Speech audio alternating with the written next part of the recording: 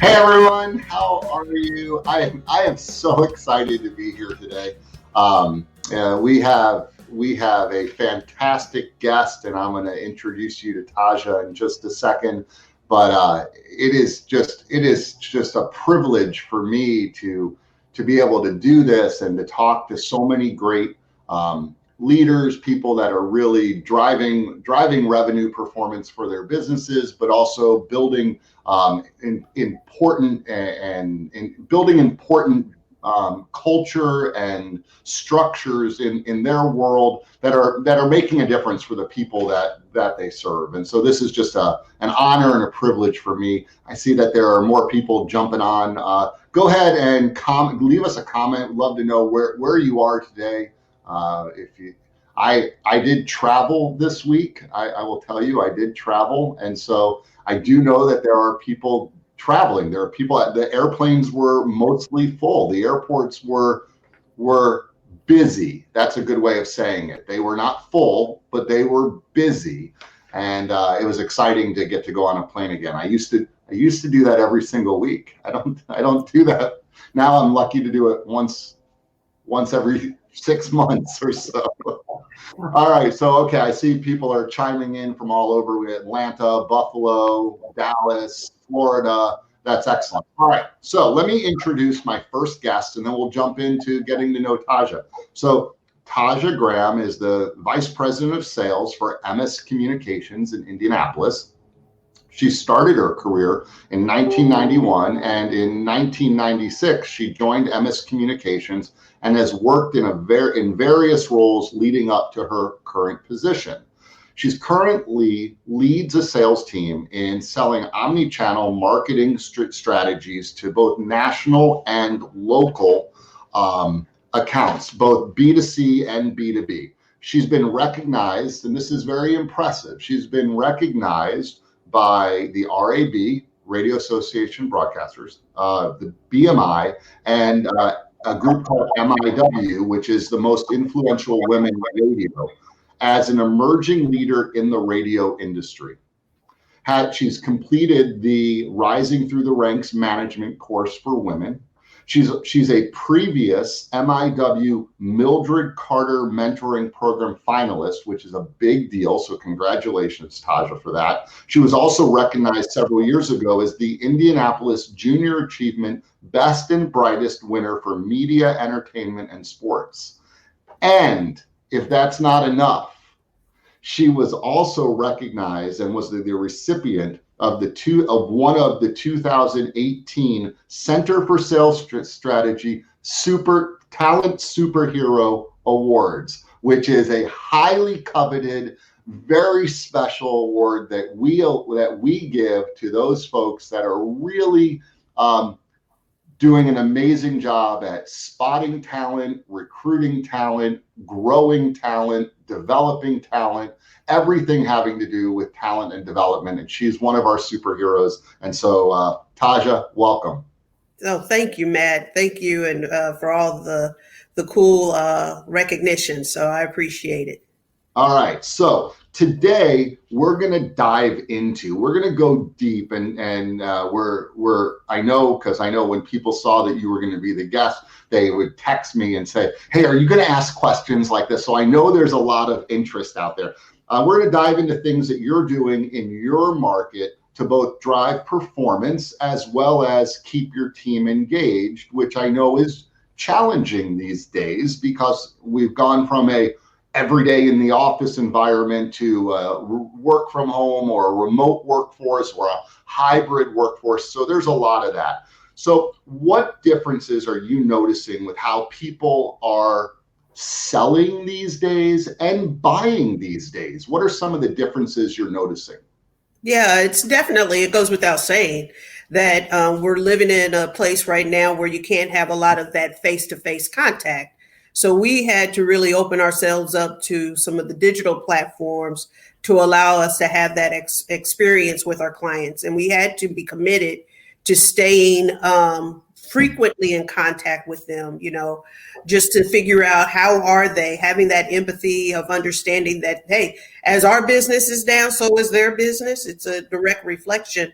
but that we would be first to the table of being able to help them solve problems real time and come up with the right solutions. That was our commitment, and we've stayed true to that since March, Right. since this started. What about as far as the way the differences you're noticing in how your salespeople are selling? Mm-hmm. What's new, what's different, what's the same, what adjustments or pivots have you had to make? Yeah, one of the bigger parts for us was with our events. We sell a lot of sponsorships into some really big events. We have two major concerts that we put on in the year, and having to pivot from what was that in-person experience and bringing it into a digital platform was one of the first pivots we had to identify and recognize we needed to make. And allowing for then space for engagement with our clients, those sponsors in that digital space, figuring out how that looks and how that works to, actually fulfilling what is their objective, what brought them to the table for that sponsorship all along. So that definitely has been a big part for us. Excellent. Yeah. So that's how people are buying, and that's how salespeople are selling. And those are some of the pivots and the adjustments that you guys have made and that you've noticed. What are some of the differences that the management team has had to make to manage and lead salespeople during this time where, I mean, let's face it, our old model, a lot of it was involved with interacting with people face to face, and none of that's it. So what have you guys done differently? Yeah, I definitely want to give kudos to both James Conner and Eric Warrenberg and Bob Parrish, who are my sales leaders in the organization. Before this pandemic took place, we were 2 years ago really trying to tweak and finesse what was our sales operation, and recognizing that we led first with our talent. So where they were best suited is where we aligned business for them so we could see them successfully thrive. And so we have really a two-piece or three-piece dynamic to how we go to market. And what that has allowed us to do is to align also the leadership in a way that can be responsive to the team and supporting the team. So all three of them go about it a little bit differently. I would say Bob Parrish and his team are utilizing a lot more of the digital platforms, One-Up Sales, which really is a gamification process of allowing real-time understanding of where each of his team members are in their call leads and things of that nature, and utilizing even better our platform of our CRM of HubSpot, and making sure that we are being very transparent to where we are with our client engagement in that platform, and then allowing for the managers to coach up when they see scenarios playing out in HubSpot. Oh, you might try to take this approach with it now, or a different approach. So that's been very helpful. I would say the other side of it is just really making it personable. I think Eric Warrenberg has done a phenomenal job with his team of staying very connected. His commitment of having more Zoom calls, and making them different approaches.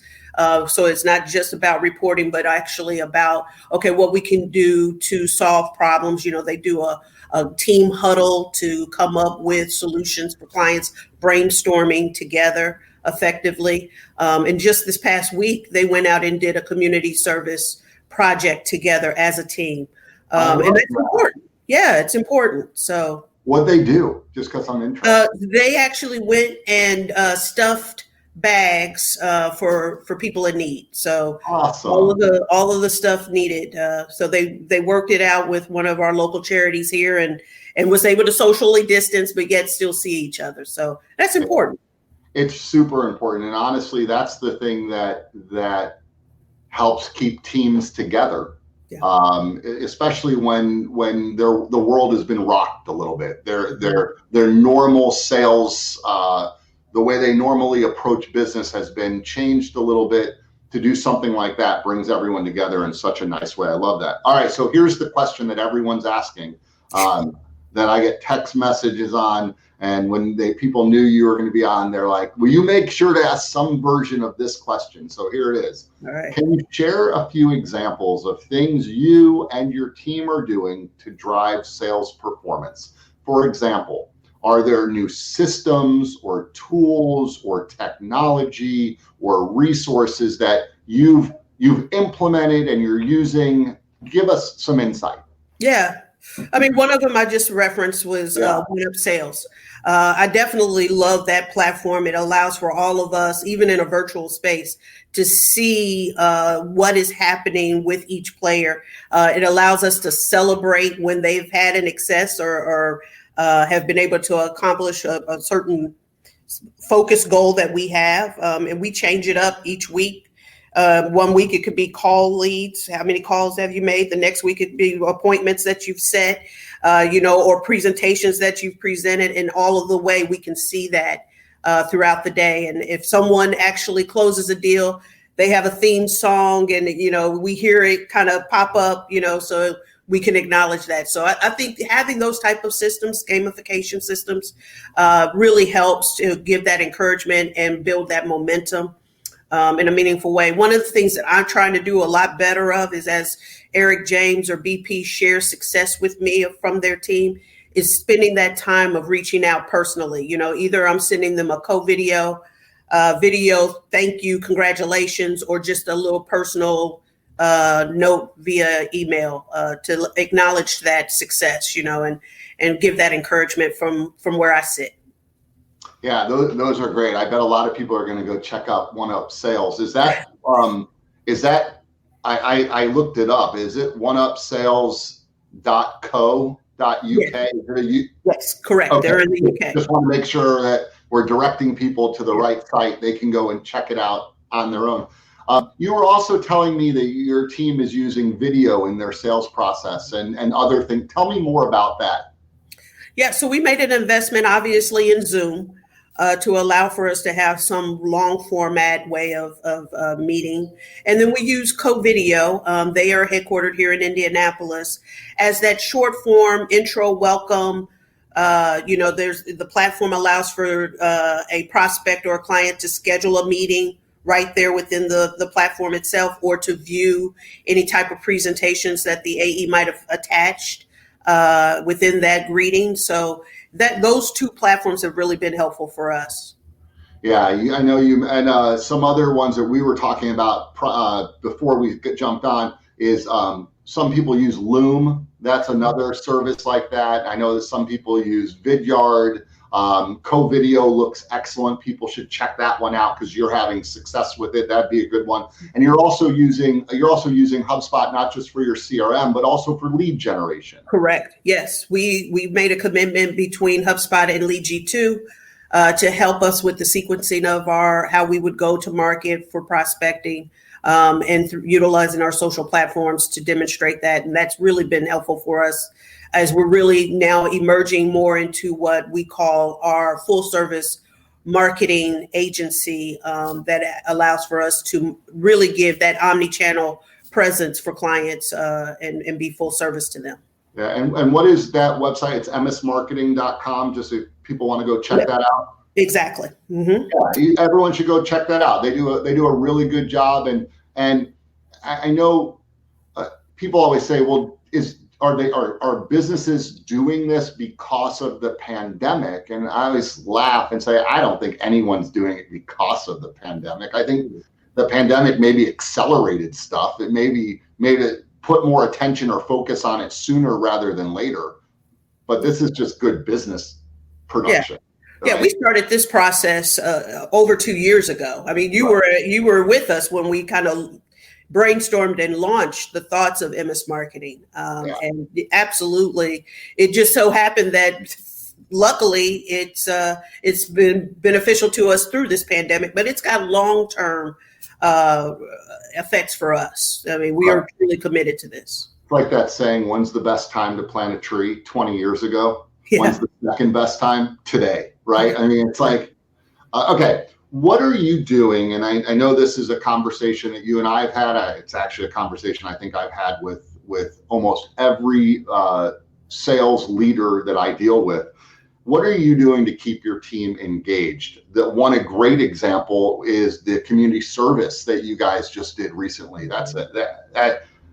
I know I've heard people talk about that they should do that. I haven't heard anybody say that they've done that lately. So I love hearing that. What other things are you doing to keep your team engaged? Yeah, I think the important thing to us too is our culture. We put a lot within our culture values, and CSS has helped us to really define that well with the Up Your Culture series as a byproduct of CSS. And we're committed to that. So Halloween, we had a happy half-hour Halloween costume party virtually, so that's one of the ways that we go about it. We've had individual little lunch and learns, where we kind of get together and share experiences or new thoughts in the Zoom platform during lunch hours. So we're always trying to figure out different ways that we can just keep the team motivated overall and encouraged overall, because that's important to be in front of. Yeah, I'm getting some text messages yes. So people can ask questions. If you want to put your comments in the comments section, whether you're on LinkedIn or YouTube, we'll see those comments. So if you want to leave a question there, you can do that. I see someone said that gamification in sales is a nice thing to do. I agree. I think it makes it fun, right? But if you have questions, go ahead and do that. We'll try to get to them. The keeping people engaged, I just want to go back to that for a second because I think it's important, is I think that in the beginning of the whole work from home experience, that everyone was really excited about the idea of they were going to get to work from home. But I do think that there is a fatigue factor that sets in because working remotely is different than working from home. Working remotely means you can work anywhere. Mm-hmm. Working from home means that you have a home office set up. The difference is not everyone has that home office set up, right? And they don't have that office in their room. So I think this engagement thing, I think the things that you're doing with community service, a thing that you're doing with the Halloween, the things that you're doing with really living core values I think that's absolutely essential for success these days. Let me ask you one more question. This will be our final question, unless anyone pops up with another one. Planning for next year. We've always stressed that planning for next year starts like in that August and goes through that October, November time period. That's not new. We've been doing that for years. Right. How have you modified planning? What sort of new things are you doing when you're thinking about next year? Not so much from your business, but your clients' businesses. Yeah, exactly. What sort of things are you doing differently? Yeah, so we always are in a mode of fact finding. And what I mean by that is as we're having conversations with key accounts or clients, we're figuring out from them, asking the questions as it's relevant to their industry, finding out, what they know to be what will be the next 6 months to 12 months for them. And then we identify that or collect that in what is the key account growth plan strategies that we've adhered to for years. But I think really being dialed in to what the industry is doing or how it's performing is more important today than ever before, especially as everyone seeks a way of recovery from this pandemic. So being able to address that and then being able to share that information across our team dynamic so that, should another seller have someone in the automotive industry, how should we all approach that industry? And then specifically your client is imperative to have. So being able to cross-segment, share that information is going to be huge for us. We're in this exercise that you and I will participate in a little later on today of truly reviewing what is our top 100 accounts and making sure that we know and have identified where we're going to maintain or where we have opportunity for growth, and exposing what is that opportunity for growth against what might be other platforms or offerings that we have, and coming up with that go-to model for how we'll get that done is where we're going. Yeah, it's super important to do that. One last question, only someone posted, I don't know if you can see it, I'll read it. Okay. What has been your most successful way to keep teams accountable while still being understanding of their situations, their challenges during the pandemic? Yeah, we run a level of trust within this organization from top down. So, and the commitment of consistency in that is important. So what I mean by that is that there's a level of trust I have with Eric, James, and BP, and there's consistency in how we communicate to ensure that we stay connected. You know, if it's a 15-minte call each day, or there's ways that we, make certain that, hey, we need to address this or handle that, that we communicate that fairly. We do recognize, back to the point of working remotely, right? And in this situation, we got to recognize that families are having to be multitasking in multiple ways. Not only are you doing the business of your 9 to 5, but now you're the teacher for the in-room, right? So being patient and understanding those moments of, I got to do this, and how do we facilitate both of these things and navigate at the same time, I think is important. And we being patient and understanding of that is imperative at this time. And being willing to be open to hearing the concerns from our teammates. To your point, a lot of our team is getting, a little fatigue in. I'm doing this same Groundhog's Day approach to this, and I'm feeling boxed in to my home. So we have to find ways to personalize this and helping them individually overcome some of those challenges, because all of them are different. Every one of them we have experienced have a different way of dealing with this. So. Yeah. We just have to be open to hearing what it is and try to figure out how we help them through it. And I will say this without divulging any secrets or sharing any numbers. I will tell you, everyone that's watching either right now or will watch later, Taja and her crew at Emmis Indianapolis are doing awesome. Congratulations. You are truly driving sales performance and keeping an amazing culture, two things that are not easy to do right now, but you all are doing a great job of doing it. So congratulations to that. And thank you so much for being a guest on the Improving Sales Performance live cast. I guess that's what we call it. I know that people are going to want to know how to get a hold of you. Mm-hmm. And so we're going to put your LinkedIn connection there. So go and connect with Taja on LinkedIn, and you can get a hold of it that way. I also want to make sure that if you like what you saw today and you want to see more of this, make sure that you subscribe to our YouTube channel. That's the best way, and make sure that you click to get notified for when we go live, so you'll be able to do that. We're committed to doing this style of live cast on a regular basis and bringing you lots of guests, just like we've had over the past month, and more people like Taja, who are really doing an amazing job of driving sales performance and keeping an amazing culture in their workforce. And with that, I'll leave you. Have a great rest of the week. Thanks, Pat. Talk to you later.